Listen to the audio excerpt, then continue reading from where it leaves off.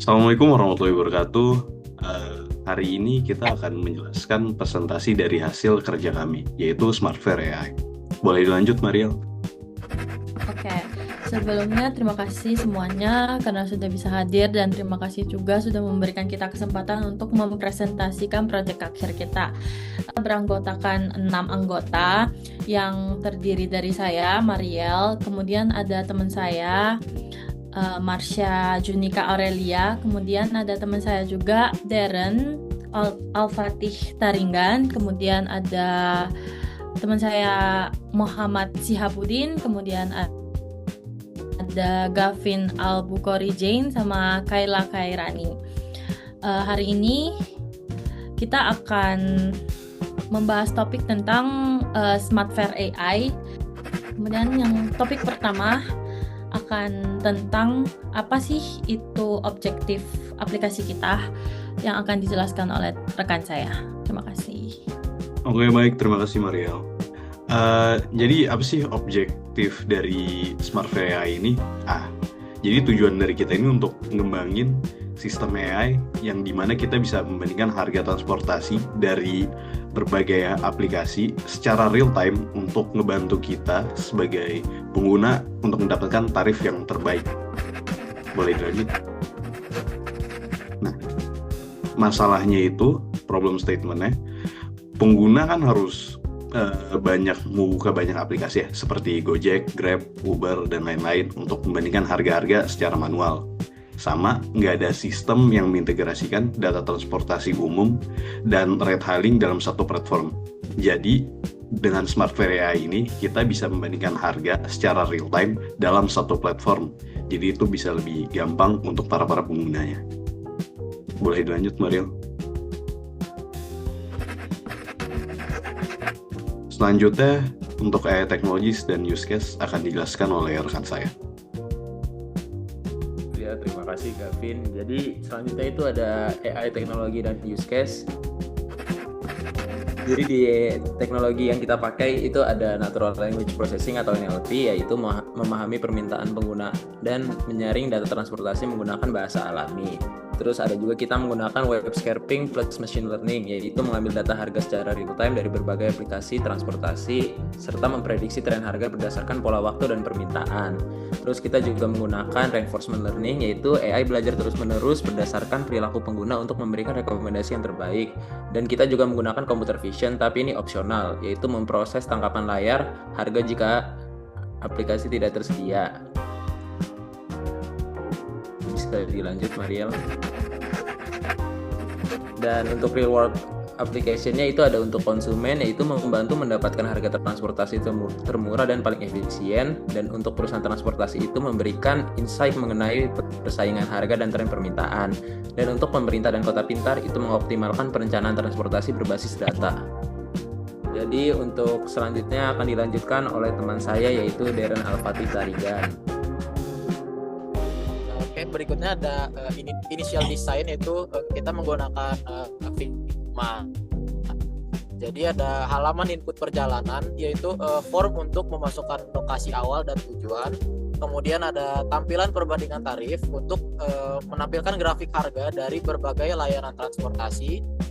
Berikutnya ada notifikasi prediksi harga, yaitu untuk pemberitahuan harga akan naik atau turun.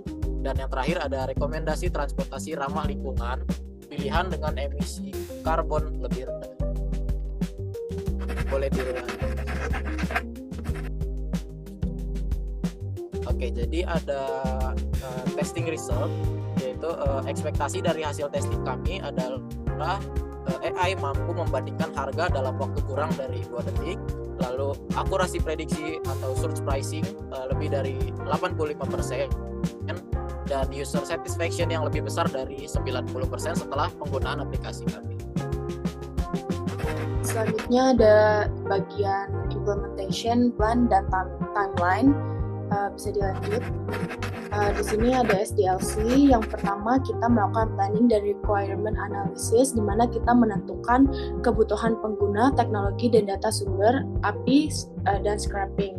Selanjutnya ada sistem design, di mana kita mendesain arsitektur sistem seperti UI UX awal, dan itu kita menggunakan Figma seperti yang sudah dijelaskan sebelumnya, dan alur datanya juga.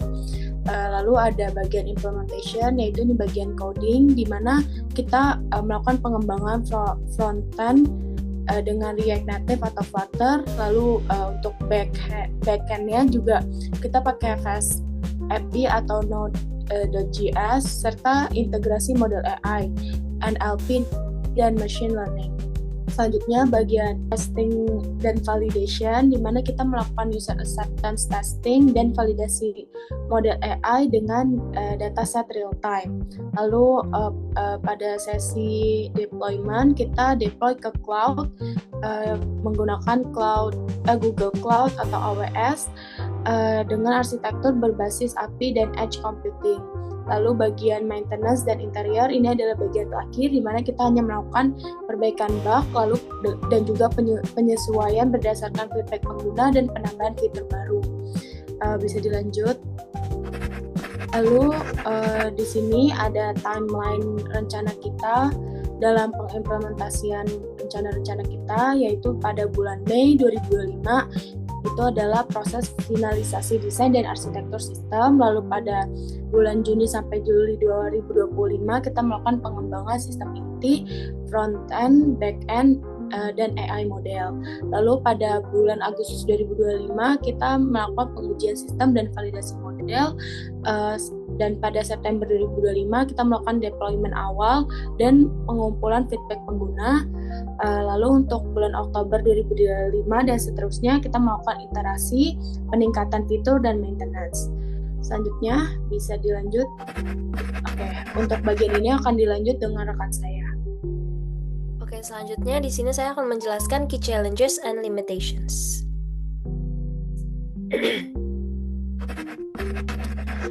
Untuk key challenges, yang pertama ada privasi pengguna, yaitu pengelolaan data ini harus mengikuti prinsip data minimization, enskripsi, dan persetujuan eksplisit atau user consent. Yang kedua ada bias algoritma. Jika data pelatihan tidak beragam, sistem bisa menunjukkan bias dalam rekomendasi. Misalnya, terlalu sering merekomendasikan satu layanan tertentu. Selanjutnya ada dampak sosial negatif potensial. Jika tidak dikendalikan, aplikasi dapat memicu perang harga antar penyedia layanan atau bahkan manipulasi tarif oleh pihak ketiga. Boleh dilanjut, Maria? Selanjutnya, saya di sini akan menjelaskan limitations-nya. Yang pertama, ada ketergantungan pada API dan web scraping. Penggunaan teknik web scraping bisa dibatasi atau diblokir sewaktu-waktu, sehingga data real-time bisa tidak selalu tersedia atau akurat. Yang kedua, ada variasi harga dan update real-time. Perubahan harga secara cepat dapat menyulitkan sistem dalam memberikan informasi yang benar-benar terkini, apalagi jika jeda waktu pengambilan data cukup lama. Limitation selanjutnya ada kualitas data historis. Prediksi AI sangat tergantung pada akurasi dan kelengkapan data historis. Jika datanya terbatas atau tidak representatif, hasil rekomendasi bisa bias. Dan selanjutnya ada infrastruktur dan skala pengguna. Pemrosesan real-time membutuhkan infrastruktur cloud yang handal dan cepat. Jika jumlah pengguna meningkat drastis, sistem bisa mengalami bottleneck atau downtime. Materi selanjutnya akan dijelaskan oleh rekan saya. Oke, makasih Masya. Saya akan menjelaskan tentang bagian ethical consideration and social impact untuk aplikasi kita saat ini. Nah, ethical consideration-nya itu ada apa aja sih? Yang pertama itu ada privacy pengguna, di mana kita mengetahui bahwa kita akan menggunakan data-data dari pengguna aplikasi kita. Aplikasi ini akan menangani data lokasi dan preferensi pengguna, dan pengelolaan data ini juga akan mengikuti prinsip data minimization yang akan enskripsi dan persetujuan eksplisit, atau ya kita menggunakan dari persetujuan pengguna pastinya. Kemudian ethical consideration yang kedua itu ada bias algoritma. Jika data dari pelatihannya itu tidak beragam, sistem bisa menunjukkan bias dalam rekomendasi. Jadi misalnya terlalu sering merekomendasikan satu layanan tertentu. Jadi solusi yang bisa kita kasih itu kita akan melatih AI dengan data dari berbagai wilayah kondisi ekonomi dan waktu yang berbeda. Kemudian kita akan sering melakukan audit algoritma secara rutin dan untuk mendeteksi ketimpangan atau favoritism. Kemudian selanjutnya itu tentang social impact, di mana yang pertama pastinya ada dampak sosial positif, di mana yang pertama itu dapat membantu pengguna dengan keterbatasan ekonomi untuk memilih opsi transportasi termurah. Ini merupakan salah satu tujuan utama dari aplikasi kita juga.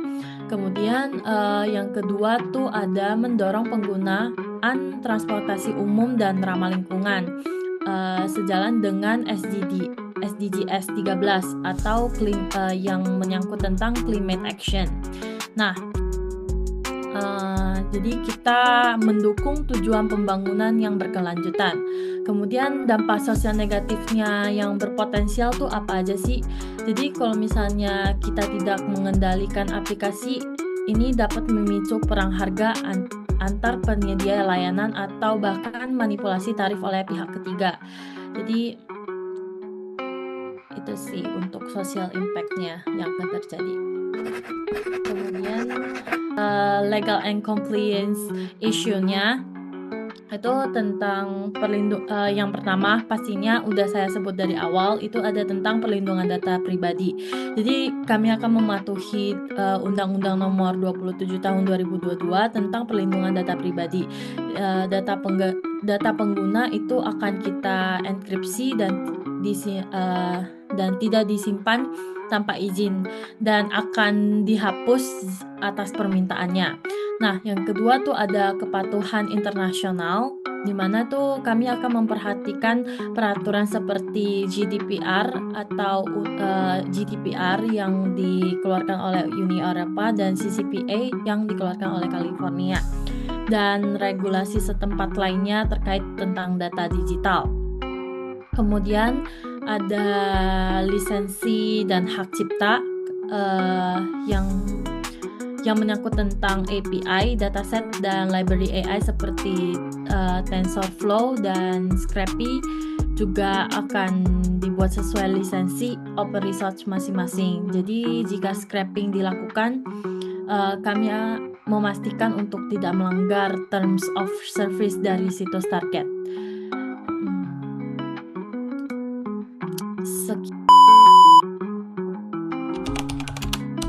Selanjutnya di sini kami akan menjelaskan mengenai Figma dan atau prototipe yang kami buat. Yang pertama akan menampilkan halaman splash screen yang berisi logo Smart Fair. Selanjutnya ada halaman onboarding yang menampilkan beberapa iklan dan di bawahnya terdapat tombol sign up dan sign in. Jika pengguna belum memiliki akun, bisa mencet tombol sign up. Selanjutnya, pengguna dapat mengisi data diri yang diperlukan seperti full name, born date, email, password, dan confirm password. Dan bisa memencet tombol next. Jika telah dipencet dan data diri, aplikasi akan menampilkan konfirmasi visual berupa tulisan congratulations bahwa pengguna telah register account. Selanjutnya, pengguna akan ditampilkan halaman sign in untuk mengisi email dan password. Selanjutnya akan beralih ke halaman home yang dijelaskan oleh teman saya. Selanjutnya untuk halaman home di sini pertama kali pengguna akan disambut dengan personalisasi nama yang bertuliskan welcome, lalu dilanjut dengan nama pengguna tersebut. Lalu di bawahnya ada text field yang dimana pengguna dapat mencari alamat atau tujuan yang dituju. Dan untuk bisa dipencet, lalu akan pindah ke halaman seperti ini. Bisa di back, Mariel. Nah, lalu untuk di bagian bawahnya itu ada bagian for you to book quickly, di mana ini adalah salah satu fitur di mana ini shortcut untuk alamat-alamat yang paling sering dituju oleh pengguna tersebut. Seperti di sini ada tujuannya, ada rumah dan kampusnya. Dan untuk pemesanannya bisa langsung dipencet bagian open to book now. Coba yang bagian kampus. Nah, ya lalu pertama akan disuguhkan dengan penampilan seperti ini adalah defaultnya, di mana defaultnya akan regular, dan ini kan tadi alamatnya kampus, jadi untuk tujuannya langsung ke alamat kampus tersebut. Lalu di sini kita diminta untuk select your transport, di mana di sini ada bagian motor dan mobil. Bisa kita pencet, kita coba untuk menekan yang motor. Oke. Nah, di sini akan tampilan untuk perbandingan harganya gitu. Ini antara dua aplikasi, yaitu di Grab dan Gojek. Dan di bagian bawahnya itu ada estimated price dynamics, di mana di sini memprediksi harga pada setiap 10 menit ke depan dan 30 menit ke depan, dan juga di sini akan diberitahu gitu kalau misalnya pada 10 atau 30 menit ke depan akan terjadi rush hour. Dan mengikuti fitur yang sudah disediakan oleh kedua aplikasi tersebut, yaitu ada pilihan regular dan comfort. Jadi di sini juga harganya kita buat juga untuk bagian regular dan comfortnya. Lalu untuk di bagian atasnya di sebelah tekstil halaman itu, kita misalnya awalnya dari motor, kita mau pindah lihat yang mobil, itu bisa tinggal dipencet aja. Nah, seperti ini untuk kurang lebih untuk fiturnya sama seperti yang di motor. Lalu mungkin bisa jelasin fitur yang selanjutnya. Kita back dulu ke halaman home pertama. Nah, untuk di bagian bawahnya itu ada bagian where you've been, di mana itu adalah history. Jadi pengguna bisa melihat history perjalanan mereka. Boleh dilihatin. Nah, di sini adalah history perjalanan pengguna, dan ini jadi itu ada keterangan tujuannya, terus alamat dari tujuan tersebut, lalu tanggal dan waktu pemesanan, lalu juga ada keterangan bahwa itu kita para pengguna itu memesan mobil atau motor beserta dengan informasi logo dari aplikasi yang mereka kira pilih. Lalu untuk di bagian terakhir dari bagian home ini ada banner special deals just for you. Itu adalah promo-promo yang ditawarkan dari kedua aplikasi tersebut. Baik untuk selanjutnya halaman Choose Right dilanjut dengan rekan saya. Oke, untuk di halaman Choose Right akan dijelaskan oleh saya. Terima kasih Kaira.